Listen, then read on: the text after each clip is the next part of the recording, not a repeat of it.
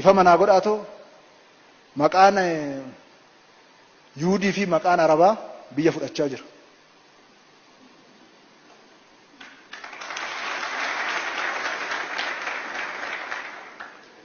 Amantaan sun Oromummaadhaa ol akka hin taane ifatti lafa kaa'an. Oromoon amantaan hundi keenya amantaa qaba.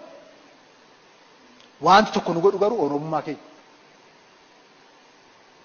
Galatooma ulfaadhaa warri waan nuun jettanis warri waan nuuf jettanis warri dabdanii haasoftanis warri dabsitanii haasoftanis galatooma ulfaadhaa amirqaanaan itti qaba waan ta'eef maal jennaani waan isin dhibu